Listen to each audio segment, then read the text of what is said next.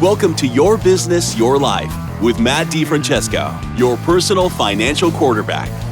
Whether you've had years of success in your business or are just starting out, DiFranceso Virtual Family Office can help you create a vision for your business, life, and family and guide you toward the fulfillment of that goal. As they say, you can't choose your family, but you can choose your virtual family office. Now, on to the show. Hello and welcome to Your Business, Your Life with Matt DiFranceso. Matt, how are you this morning? I'm doing great, Eric. How about yourself? I'm doing fantastic. I am looking forward to meeting another fantastic guest, and I know that you've brought Kate Seastone in, correct? Yes, I did. Kate's another one of my partners here. Again, we've been kind of doing this woman business owner theme. And so I thought she'd actually be a great fit in here. But Kate actually specializes in advanced planning for business owners and key employees using non-qualified solutions to supplement and augment their business and lifestyle plans. And she's a certified financial planner and has an MBA, and she owns a firm called Simplicit Financial in Phoenix, Arizona. Now, Kate and I started partnering because she started telling me about some of these advanced planning strategies that she uses. And, again, dealing with small to mid-sized family businesses, and especially in that automotive industry, a lot of these businesses have really good cash flow. And my role is to kind of help them to create a plan to accomplish, these dreams and visions that they have for not only themselves and but their families. And so I'll typically use some traditional solutions, but there's times when many of them have they need some other opportunities. They have really good cash flow, and they have huge tax liabilities. And Kate has a lot of different ways to be able to combat those tax liabilities and provide alternative cash flow streams in retirement for clients. So I want to talk about this with Kate, and in addition to her success in business, she's also a mom who's had to learn how to navigate running a business and a family too. So Kate, I want to welcome. I'm really excited to have you on today. Well, thank you, Matt. It is a pleasure to be here. I'm super excited to be speaking with you as well. That's great. So we're going to have a lot of fun today. So I guess to start out, I just want you to kind of give the audience just a brief background on how you got into the business, and how did you find this niche in advanced business planning strategies? Well, Matt, that's a great question because it's actually my background that got me into this niche. I started out in software engineering, got into turning around businesses, primarily privately held businesses and technology companies. And what I realized was the need of the CEO and the key employees. And as I found a love for finance, I ended up getting into the financial services world, but it drew me back to those business owners, those key employees that really needed assistance and help with creating a better lifestyle for them and their families. Oh, that's exciting. So I know some of these strategies that you use are very much outside of the box. How did you how did you find out about these strategies or develop them? It's really looking for what are the best solutions for my clients, what are the best solutions for these business owners. I continued to search and found specialists in various areas, began to learn those strategies, looking for those unique circumstances, that each individual has a unique circumstance. What can they do? How much can they put aside? What are the tax implications? Combining all of these things together, how can we create the best possible outcome for them, not only today, but in the future, using business dollars wisely? So, you alluded to it before, Matt, in the fact that the business owner has their income today, but they need to be planning outside of their business because that is a fantastic opportunity for them. To be able to, a lot of business owners want to cash out. They see that as their final destination. But if they're building another asset outside of that, it ends up making their retirement and their family life so much better after the exit. Yes, and that's exactly my strategy with these business owners is to once we kind of create a vision for what they want themselves and their family to have, and to start planting in their mind this idea of a multi-generational legacy. We need to start building a plan of action to do that, and I call it the self buyout program, and I think it's pretty much what we're talking about is the same thing, where we're taking these different vehicles and funneling them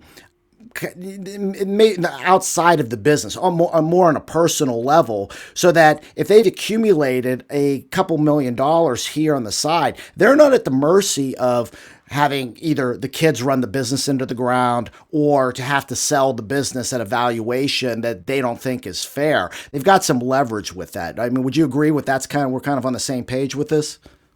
Oh, I agree 100%, Matt. And that's why, I appreciate being a part of your team to be able to assist with that.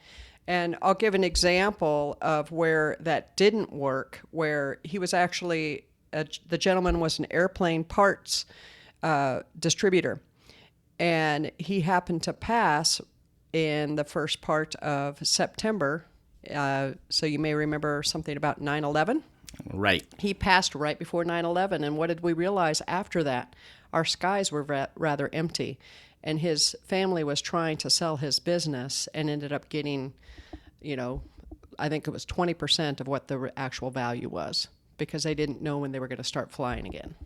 Wow. I mean, and I think we see that more as the norm than as the exception. I think too many times, especially business owners, because they tend to be grinders, are just kind of looking at the day to day and building, and they may have a goal for a year or maybe 5 years, but they never look at that long term plan. And as a result, they're doing this grinding, and if they don't pick up their head and say, okay, where do I really want to see this, even after I'm gone, these things can happen to them. Right. That's why they're lucky to partner with somebody like you, Matt. Well, thank you, and you too. So, Kate, I know you and I have talked about this because I started building my practice, building customized ERISA plan strategies for business owners, and actually focusing on how it can help them from a tax standpoint. And so, I wanted to ask you about how you see your strategies as complementing a client's traditional plan. That's fantastic, because the ERISA plan is almost like what I would call the base or the foundation, especially the way that you do it in terms of you create like a super K. There's other terminology for that where you're maximizing those pre-tax dollars. Then what we do is we layer on top of that additional opportunities. Some are pre-tax, some are post-tax, but all with a focus on creating as many after-tax, tax-free dollars accessible in the long run. Yeah, exactly. It was interesting, and it was a situation, and I know you and I have been working on this, and so I want to kind of give this example because maybe this will help the client to understand how some of the strategies that you implement work. So the client has really good cash flow. We have a retirement plan in place. We're maximizing what's in there, but he's still got a lot of cash at the end of the year. And his CPA started to have him do kind of like a deferred compensation program, which basically this deferred compensation program was don't cash any checks at the end of the year and hold them to the following year. Well, what do you think happens there? Eventually the next year he's got to delay cashing checks a little, maybe a month earlier, and then a month earlier, and eventually it's going to catch up to him, right? Correct. So what would you suggest? What would be a strategy that maybe that business owner could use to take those dollars, be able to reduce his tax liability, but still be able to build something for the future? There are a few vehicles. Each situation, you have to look at all the various aspects. And I know the client that you're actually speaking about, Matt, because we have spoken about it, he has that cash flow on a regular basis because we need to understand how long is this? Is this a regular occurrence? How about even when times were bad in '07, '08? Was the cash flow, excess cash flow there? If we take that information, we can actually design the best possible plan, because some plans require a continual contribution, a defined contribution. Well, let's just say of $100,000 every single year of that extra cash flow, and he gets to be able to deduct that. Some of the plans are set up where he can deduct a portion of it and yet build a very nice retirement portfolio that's going to come out tax-free. So we try to do the non-qualified so that it can be selective. It can be just for the owner. It can be just for the owner and select key employees. We look at all of those of what can we deduct, how much of the deduction do we need, and then really looking at the cash flow, because the last thing you want is for a program like this to blow up. So working with an advisor like yourself, Matt, where you're able to integrate and coordinate, and you know the client, you understand their cash flow, you understand what's happened in the past and what it's looking like going forward, that's where we're really able to create some great value for not only the business owner, their key employees, and their families in the future. Yeah, you mentioned the key employees. I'm almost thinking like a golden handcuff kind of scenario. Is that where you're using some of these strategies? It is. That's one of the things that we probably do the most of are the golden handcuff programs. The business owner can use it for themselves, but also it creates a great value for those key employees. We can use corporate dollars to be able to create a pool of money that if the key employees meet the criteria that the owner defines, it's a contract that the owner has between themselves and the employee. If they meet that criteria, then the employee gets the benefit, at a set date. So it's a great golden handcuffs program because the owner gets to define what that is. And I find that every single one of them that does this, they do it in a very generous manner for those key employees. Yeah, I think having those vehicles to keep those key employees is really, really critical. If we could, I wanted to speak specifically to one of the programs that you use. You call it the Restricted Property Trust, and I just want to, and I know it can get kind of complex, but I wanted to just have you kind of explain that so that the audience can get an idea of maybe the mechanics of how a program like this would work. You bet. So Restricted Property Trust, the business owner would put in place a trust, which is called a restricted property trust, similar to I'll keep it pretty simple. It's almost like putting in a 401k and a Roth 401k. So they're able to put in money for themselves or for their employees that they can then defer the tax. So 70% is almost like going into a 401k. 30% is going into a Roth 401k. So you get to write off that 70%, but the 30% you're actually paying the tax along the way. Right. The program goes for 5 years, and then at the end of 5 years, you say, hey, do I want to go again? And you can sign up for another 5 years. At the 15-year mark, you have to stop, and that's just the IRS rules. But what we find a lot of times is people are signing up, and they're doing it for 10 years before they exit. You're able to write off that 70%. So let's just say it's $100,000 they're putting in. Every year they get a $70,000 deduction. At the end of that 10-year period, they're going to owe money on that $700,000. They're actually going to have a tax due because you can't get away without paying taxes. Got to pay the piper. Still have to pay the piper. But that 30% has grown in a tax-free manner. The 70%, you got to pay the tax. So you exit the program. We actually have the program pay the tax, so you don't have any additional out-of-pocket, and then it's all tax-free from then. It's like a huge Roth.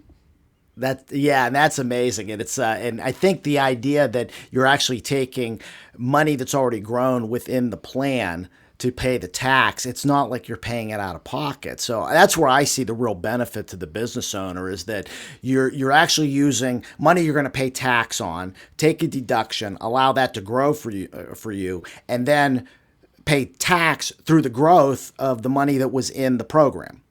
Exactly. It's a fantastic program for those that have that cash flow, know they're going to have that cash flow, and it gives them a great opportunity to be able to have a tax-free income stream later.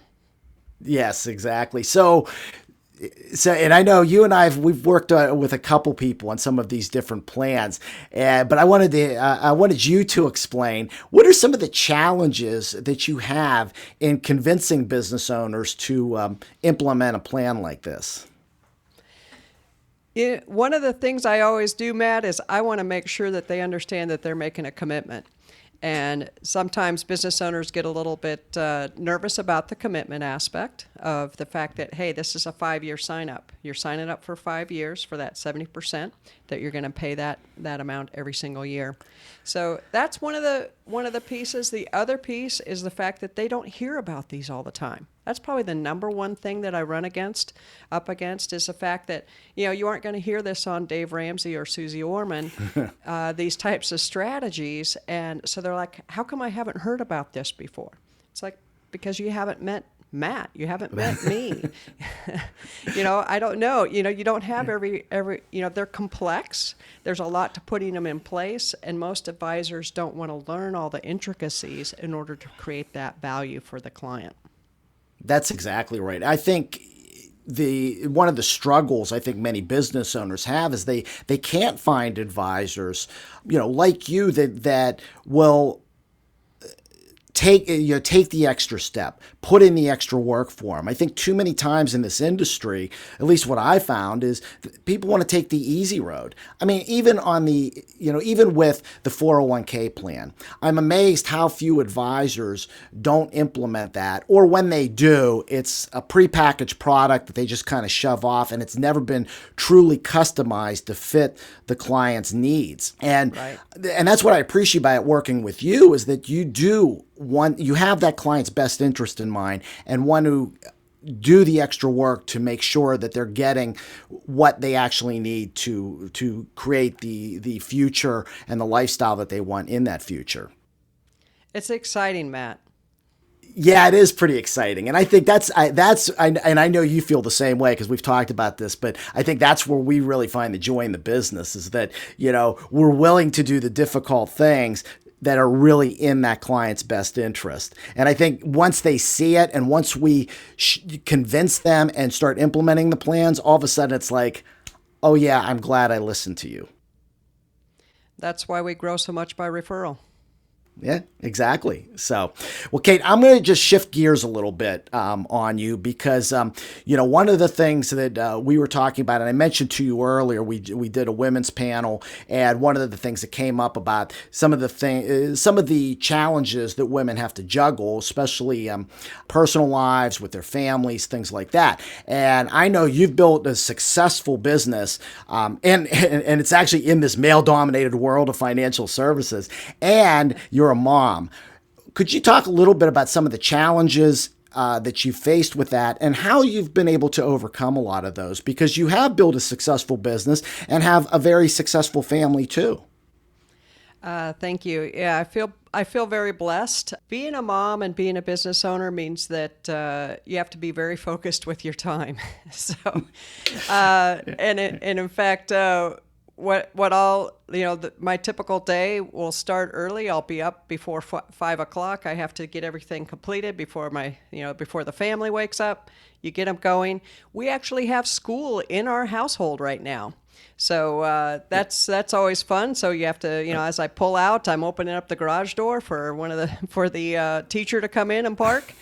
And, so it's an exciting time.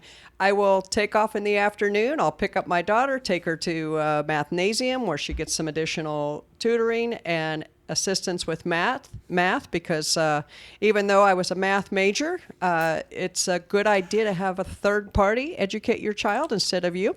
Exactly. Well, wait till she starts driving. Oh, yes, that will be an exciting one. And then I use my time wisely. When she's in there, I'm either on phone calls or I'm running into the grocery store to grab a few things that we need, and then I pick her up and away we go. once again, then once she's down for the night, I've got a couple of hours that I'm going to be able to wrap up and answer emails, answer calls, do things that I need to do to wrap up my day and plan for the next one. So that's a typical, I think, of most mothers that are working mothers as well as, running a business. It's fun. It's exciting. As my mother always told me, cherish the time that you're busy. Isn't because that the truth? eventually you won't be. Yep, exactly. And what's the old saying? If you're not being born, you're dying. And I think we've always got to be evolving and growing. But it sounds like you've really got a good handle on time management. And I think, it's not even just like, there's a lot of women out there who are going to jobs, but then when you have the added responsibility of also running a business too, which I think many times we don't think about that we're actually business owners also. You and I know we work with the same coach, and he's always talking to us about this, that you are a business owner too. You're not just a financial advisor or a financial planner. So I think the idea of just making sure that you budget your time properly is key. Right. So, Yep. So do you do I'm assuming it sounds to me like you're kind of doing a bit of time blocking, on your calendar. You have like these specific times. This is work. This is family. This is my renewal time. I heard about that, but Yeah. yes, no, and it is important, and that's one of the things that our coach talks about is that we need renewal time, we need strategic time, we need to. One of the things I block out is leadership time because I have a team that I need to make sure that they're on track and going forward. In fact, one of them walked in while we were speaking today and did the quick hi just to check in to let me know that he was ready to go. But it's exciting to be able to live life to its fullest, and I think by having that focus, having that direction of what do we need to accomplish, one of the big keys to success I found is you have to have a little bit more than a to-do list. You actually have to have that time blocked off too. And I find that for every business owner I speak with, that's one of the key messages of what they need to understand too, because they're juggling lots of balls. Yes. It's interesting to me. I have some that are very systematic, and they're very good at that. And then I have others that are like wild men. I mean, they're running all over the place. And it's like, I spend half my time reeling them in. And I have one guy who, he's got an advertising agency, and then he got involved in real estate, and his wife's got an optometry business, and it's like they're juggling, and they got a family, and they're juggling all these balls. And then he calls me up and he says, "Hey, I got this opportunity to get into to sell these billboards, and what do you think of it?" And I'm like, You're like a squirrel, gathering nuts. I mean, your cheeks are all full. I said, why are you not just focusing your time on one business? I actually was just talking with one of our peers, and he was telling me about this idea he had for his specific niche, because they don't have any way of they don't have, there's no formula for succession planning. Most of them, when they want to get out, they just kind of shut the doors and it's done. And he's like, we could probably get some value out of this. And so he had this idea of developing this whole database and website. And he was like, what do you think? And I said, I think it's a great idea. I said, but you want to do this, you want to work with this niche. I said, you can't spread yourself too thin to do it. And I think too many times that, there's some business owners that are out there, they're always looking at the shiny object that's out there and not staying focused on exactly what they want to accomplish. That's a key aspect for all of us, is it not? Oh, yes, very much so. Very much so. So Kate, tell us, why don't you let the audience know, of course, if anybody needs to wants to get a hold of her, you can always go to my website, vfo.com, and schedule a time to, and I can actually get you in touch with Kate. But Kate, if they wanted to get in touch with you directly, how would they do that?